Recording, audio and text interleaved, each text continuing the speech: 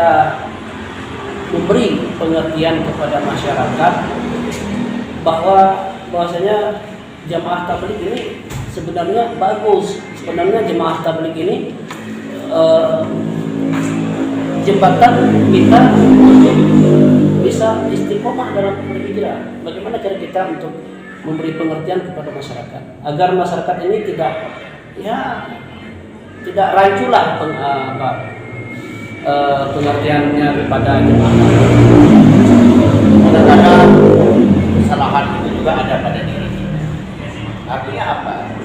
Memang kita itu diperintahkan supaya kita terpaut dengan enak. Tetapi itu juga harus punya pekerjaan. Enak. Cuap-cuap bareng Edi Putra.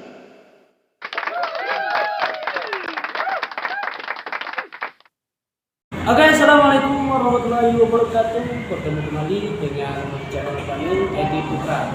Cuap-cuap bareng Edi Putra. Dan di kesempatan hari ini saya kedatangan tamu, seorang ustadz, seorang pemerhati pendidikan, dan juga bisa dibilang seorang politikus di Kota Sungai Penuh. Beliau pernah menjadi seorang kepala sekolah, menjadi seorang guru, dan juga sekarang beliau berkecimpung di kegiatan keagamaan. Beliau adalah Ustadz Aswandi Sapraini SPD. Assalamualaikum. Selamat sore. Waalaikumsalam. Selamat sore. Nah, langsung saja ya. Di sini kita akan berbicara masalah hijrah. Nah, yang ingin kita tanyakan sama Ustadz itu, bagaimana sih cara kita berhijrah yang benar menurut pandangan Islam? Hijrah ini kalau dalam segi bahasa ini indah. Hijrah pertama kali itu populernya yang dilakukan oleh baginda Rasulullah SAW. Pindah dari Mekah ke Madinah ketika Rasulullah SAW tidak mendapatkan hasil yang maksimal di dalam dakwah agama, maka atas daripada perintah Allah Subhanahu wa taala, Nabi Muhammad sallallahu alaihi wasallam beserta para sahabat diperintahkan untuk hijrah ke Madinah. Nah, untuk kita sekarang ini hijrah ini bukan hijrah tempat. Lebih mendasar lagi kita hijrah hati.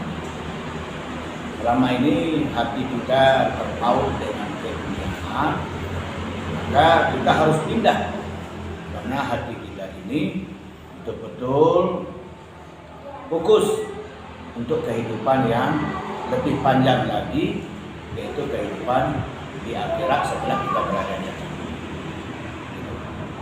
Nah, gini ya teman. Kita kan sebagai orang awam, tentu kita tidak tahu bagaimana cara kita ini sudah berhijrah, tapi bagaimana cara kita bisa beristiqomah dalam berhijrah di jalan Allah? Caranya bagaimana? Hijrah ini pertama kita harus banyak latihan. Setelah kita pahami bahwa kehidupan dunia ini sementara dengan pelaksanaan, maka kita harus hijrah. Hari-hari aktivitas kita ini bagaimana ada hubungannya dengan kehidupan. Sebagaimana Allah jelaskan di dalam Al-Quran, A'udzubillahi minasyaitonir rajim. Ya ayyuhallazina amanu taqullaha wal tanzurun nafsum ma qaddamat. Hai orang beriman, bertakwalah kamu kepada Allah. Adakah kamu memikirkan, menghitung aktivitas kamu di atas dunia selama ini? Ada tidak hubungannya dengan hari esok? Hari esoknya adalah hari ini. Jadi artinya supaya kita istiqamah di dalam bisa menghijrahkan diri, Maka selalu kita mengingat bahwa kehidupan dunia ini ada kehidupan yang lama di akhirat. Maka arahan daripada para ulama itu kita mulai berlatih sesuai dengan kesanggupan dan kemampuan kita. Nah, oleh ulama-ulama kita, bagaimana kita ini terpaut hati kita ke masjid. Nah, ini dulu. Kalau kita sudah hati kita terpaut dengan masjid, sudah merasakan lezatnya salat 5 waktu di masjid, belajar dulu dengan 3 hari. Nah, 3 hari ini di samping kita melaksanakan ibadah 5 waktu secara berjamaah, maka kita mendapat muzakarah, mendapat tambahan ilmu bagaimana cara beribadah yang benar sesuai daripada tuntunan daripada agama kita. Jadi setelah 3 hari nanti lama-lama kita keluar belajar 40 hari setiap tahun. Dalam 40 hari nanti lama-lama kita belajar 40 hari. Setelah sudah terbiasa kehidupan kita ini dengan aktivitas agama, nah maka inilah yang dikatakan kita dari kesibukan kita urusan dunia menjadi kesibukan kita dengan urusan agama. Ya, ini ya. Tadi Ustadz bilang keluar 3 hari, 40 hari. Nah, bagaimana menurut pandangan Ustadz jikalau seseorang itu keluar 3 hari, tapi dalam perjalanannya itu anggaplah ada suatu halangan, terus dia tidak cukup 3 hari itu, apakah boleh? Ya, sebenarnya konsepnya sesuai dengan kemampuan. Namanya belajar. Nama belajar itu ya ulama kita itu sudah membuat program 3 hari atau 72 jam. Tapi kalau kita tidak mampu, boleh 2 hari, boleh 1 hari. Tetapi berapa lama yang kita gunakan untuk fisabilillah tadi diawali dengan nasihat yang disebut dengan banyak ya, dan ditutup dengan nasihat akhir namanya bayat wafsi. Walaupun itu cuma 1 hari 1 malam atau 24. Tapi kita jangan terus terbiasa dengan kurang dari 3 hari. Ya. Jadi harus kita memaksakan diri 3 hari 72 jam itu. Nah, sehingga pelajaran-pelajaran yang kita dapat itu sempurna kita peroleh selama kita mengimpakkan diri kita ini untuk keluarga. Ya, pemirsa, kali ini kami sedang berada di rumah makan Mak Maya ya, yang lokasinya ada di Sungai Biru. Kalau dari Ilir setelah PLN, dan kalau dari Budi setelah kampus STKP Muhammadiyah Kerinci. Baik Ustadz, lanjut. Nah, masalah wudhu nih Ustadz. Ya. Kita ke masalah wudhu dulu. Kan sering ya kita berwudhu, tapi maaf ya dan pemirsa, apakah boleh kita berwudhu itu dalam keadaan telanjang? Apakah ada hukumnya atau makruhnya atau bagaimana? Ya. Sebenarnya masalah wudhu dengan masalah telanjang itu masalahnya berbeda. Ya. Kenapa? Yang namanya telanjang itu bukan pun dalam keadaan berwudhu sebenarnya tidak boleh juga. Ya. Tapi syarat daripada sahnya wudhu itu tidak termasuk telanjang. Ya, telanjang itu bukan faktor daripada menyebabkan sah atau tidaknya wudhu. Ya. Ya. Kalau orang itu berwudhu tapi dalam keadaan telanjang, sah. Ya, kalau rukunnya cukup sah. Tapi dikhawatirkan kalau kita telanjang, kita sedang berwudhu atau kita sesudah wudhu, kita tersenggol dengan kemaluan kita. Ini menyebabkan wudhu kita batal. Ya, yang membuat tidak sah itu bukan telanjangnya. Khawatir dalam keadaan telanjang kita tersenggol dengan kemaluan. Berarti kalau seandainya kita setelah kita berwudu terus tanpa tidak sengaja kita menyentuh kemaluan kita langsung ya Ustaz ya, Iya. langsung berarti batal. Kalau Batal. seandainya anggaplah gini, kita pakai celana ya kan, pakai Iya. celana apa? Nah, terus setelah wudu kita tersenggol dengan itu tidak masalah ya? Kalau tersenggol dengan tidak langsung, enggak Itu tidak masalah. masalah. Iya. Oh. Itu kan pakai itu gunanya kita ini pakai bersaham. Tapi kalau telanjang dikhawatirkan, terkena batal. Iya, iya. Nah, Ya. Terus gini Pak, banyak ya orang-orang non muslim ya contoh saja seperti pemain bola Cristiano Ronaldo itu orangnya suka bersedekah, suka berinfak, suka memberi sumbangan lah dalam intinya. Itu apakah orang-orang yang seperti Cristiano Ronaldo itu pada umumnya itu maksudnya orang non muslim lah yang bersedekah itu apakah masuk surga? kunci sebenarnya, kunci surga itu adalah 25 syahadat. La ilaha illallah Muhammadur Rasulullah. Selain dari orang Islam dia tidak bersyahadat. Tidak bersyahadat. Nah, jadi amalan itu tidak ada yang diterima kalau tidak ada diawali dengan pengakuan dia bahwa tidak ada yang berhak disembah selain daripada Allah dan Muhammad itu adalah utusan Allah. Jadi yang masuk surga itu adalah orang beriman saja. Orang beriman itu ya adalah orang yang bersyahadat. Nah, rukun Islam yang pertama, asyhadu an la ilaha illallah wa asyhadu anna Muhammadar Rasulullah. Ya. Orang salat sampai 100 rakaat, sedekah tiap hari, zakat, puasa segala macam. Tetapi tidak ada keyakinan dengan hakikat daripada kalimat la ilaha illallah Muhammadar Rasulullah. Tidak betul. Apalagi orang Kristen. Orang Kristen, orang yang di luar daripada orang Islam, itu kan itu pembatas antara kita dengan orang itu, dia tidak mau bersyahadat. Jadi apapun yang dia lakukan kebaikan-kebaikan tetapi dia tidak bersyahadat, tidak diterima oleh Allah SWT. Nah, tidak diterima ini berarti dia tidak bisa masuk surga. Ya, tapi ini apakah Allah itu membalasnya di atas dunia langsung? Apa orang yang bersedekah?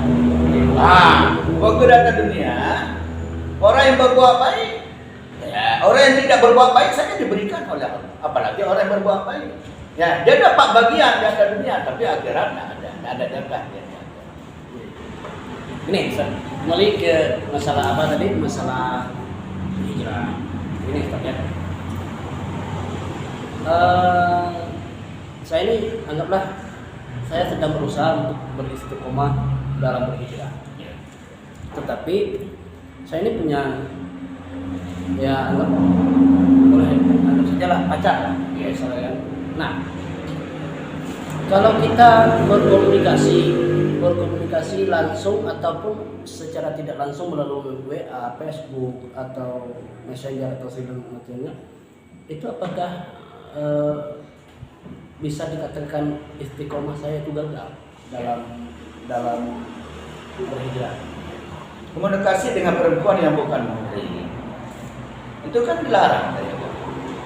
Ya, bukan muhrim, kita dengan orang lain belum nikah, adik kita bukan, kakak kita bukan, enak. Nah, jadi hijrahnya kita itu mulai dari sangat mendasar, termasuk berkomunikasi dengan lawan jenis. Islam tidak mengenal adanya komunikasi melalui WA, melalui Messenger, melalui media sosial yang lain, tidak kenal. Ya, yang ada di dalam Islam, kalau dia antara laki-laki dengan perempuan yang bukan muhrim, dia niat untuk menikah, maka ta'aruf. Ta'aruf itu bukan ta'aruf itu lama-lama sampai setahun 2 tahun ta'aruf. Nah, ini bisa masuk iblis lagi, masuk setan lagi. Nah, jadi ta'aruf ini memperkenalkan diri, sesudah itu sudah ada kesepakatan kapan pelaksanaan daripada pernikahan daripada kedua. Nah, tadi Pak Ustadz bilang itu bisa membuat istiqomah kita dalam berhijrah itu gagal kalau kita berkomunikasi dengan orang. Nah, kalau kita tidak, misalnya kita ketemu dengan seseorang wanita, tidak kita sapa nanti dikira kita sombong. Kita sapa nanti istiqomah kita gagal. Nah, kita sebagai seorang laki-laki ini harus berbuat apa? Ya kan? Gini ya Ustaz. Yes. Kalau pribadi saya gini ya. Kalau pribadi saya tidak bisa untuk tidak menyapa orang. Iya. Saya takut dikira orang sombong lah inilah. Nah, tidak disapa kita dikira sombong. Disapa dianggap nanti istiqomah kita gagal. Nah, ini bagaimana cara kita mengatasi? Hijrah ini membawa kehidupan kita sehari-hari dengan kehidupan agama. Nah, perintah menyapa antara laki-laki kepada perempuan yang bukan muhrim itu tidak ada perintah dalam agama. Mengucapkan salam antara laki-laki ke perempuan aja tidak ada perintah. Nah, yang disapa itu adalah kita sama-sama laki-laki. Ini ada yang barangnya sama-sama laki kita tidak menyapa, tapi dengan perempuan ramahnya luar biasa. Nah, bicara masalah ini lagi Ustaz. Ya. Tadi Ustaz menyinggung masalah ta'aruf. Ya. Ta'aruf itu kan ada beberapa bagian. Nah, ketika kita ta'aruf istilahnya cuman kenal, cuman ketemu saja ya kan? Atau gini Ustaz. Apakah boleh kita meminta kepada ukhti lah, meminta kepada ukhti untuk memperkenalkan diri kita kepada orang tuanya tanpa kita membawa orang tua kita atau keluarga kita? Bagaimana? Untuk memperkenalkan Diri kita. Ya.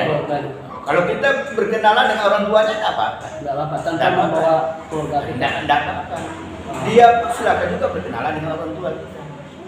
Nah, jadi ta'aruf itu bukan antara kita dengan orang tuanya, bukan.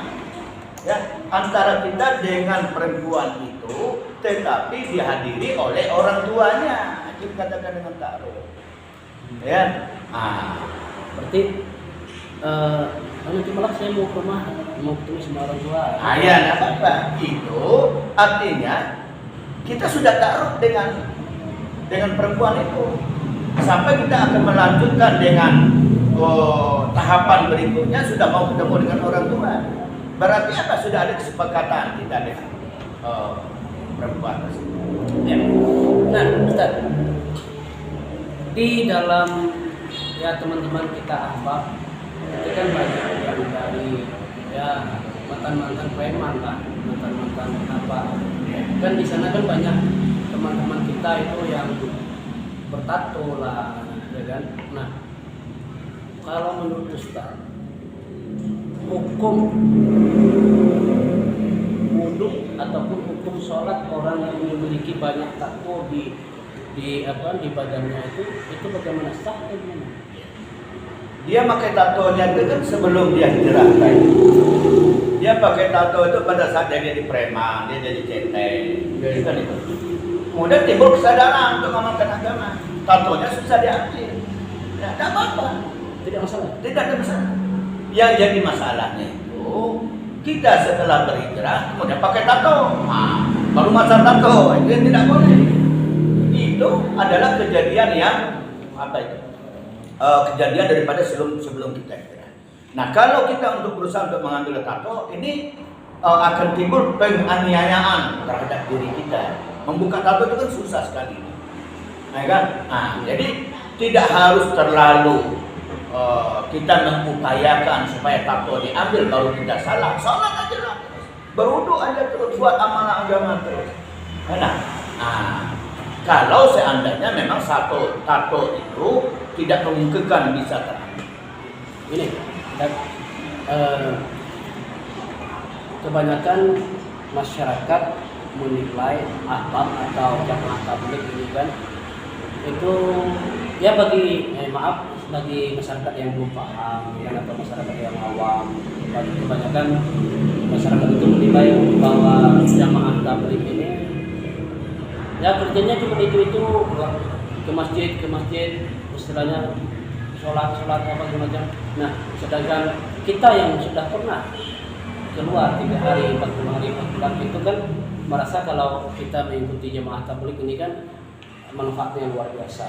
Nah, bagaimana kalau menurut Ustaz itu cara kita memberi pengertian kepada masyarakat bahwasanya jemaah tabligh ini sebenarnya bagus. Sebenarnya jemaah tabligh ini jembatan kita untuk bisa istiqomah dalam berhijrah. Bagaimana cara kita untuk memberi pengertian kepada masyarakat agar masyarakat ini tidak ranculah pengertiannya kepada jemaah. Kadang-kadang kesalahan itu juga ada pada diri kita. Artinya apa? Memang kita diperintahkan supaya kita terpaut dengan enak. Tetapi kita juga harus punya pekerjaan. Enak. Bentuk upaya ikhtiar kita untuk mencari nafkah untuk keluarga, ya harus kerja. Ya. Ada kerja. Ayah membawa ini kalau sudah ikut jemaah tabligh, sudah dari masjid ke masjid, sudah tidak mau kerja lagi. Nah ini yang dipitnah orang ini. Enak. Silakan. Yang jadi pegawai jangan berhenti jadi pegawai. Yang berkebun silakan berkebun. Yang beternak silakan beternak. Ada yang mengatakan, oh kami susah bekerja kalau sudah ikut jemaah tabligh, tidak dapat pekerjaan. Banyak orang ngojek. Ngojek itu paling enak itu. Kenapa enak? Pas waktu azan kita berhenti. Itu mulai lagi ngojek. Jadi tidak harus pekerjaan yang gajinya besar. Perintah daripada Allah Subhanahu wa taala bahwa kita disuruh bekerja. Disuruh bagian. Nah, tanggapan masyarakat bahwa kenapa orang jemaah tabligh ini urusannya ke masjid aja terus? Karena kita tidak menampakkan bahwa kita ini bekerja. Yang nampaknya kita di masjid saja, tidak pernah nampak kita bekerja. Nah itu, jadi fitnah itu timbul itu karena masalah kita. Ya, Ini kan kita sebagai umat muslim kan tugasnya sholat, ya kan? Sebagai tiang agama kita kan sholat. ya. Nah, di dalam surat Al-Maun ayat 4 sampai 5 itu dijelaskan bahwa dalam artinya itu, dan maka rugilah celakalah bagi orang-orang yang sholat. Nah, pengertian dari itu bagaimana? Sedangkan dia sholat, ya kan? Sudah sholat, sudah sujud, menyembah Allah, masih dibilang dia celaka. Nah itu celaka yang bagaimana Ustaz? Kok bisa sampai seperti itu? Dalam surah Al-Maun Allah Subhanahu wa taala menjelaskan kepada kita di ayat 4 dari ayat 4 bahwa itu lil musolli. Dan celakalah bagi orang yang salah. Allazina hum an sholati sahun. Kenapa dikatakan celaka? Pemahaman daripada celaka ini adalah orang yang salatnya lalai. Pengertian daripada lalai. Pertama, di dalam segi dia melaksanakan tidak khusyuk.